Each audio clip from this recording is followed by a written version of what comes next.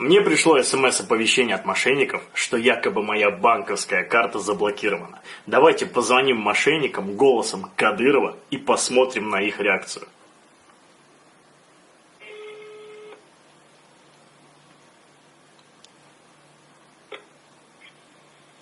Добрый день, сотрудник отдела по проблемным вопросам. Виктор, чем могу помочь?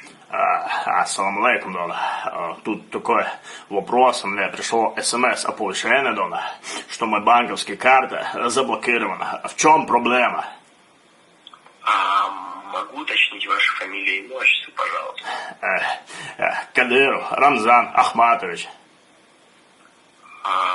Прошу прощения, возникла какая-то ошибка.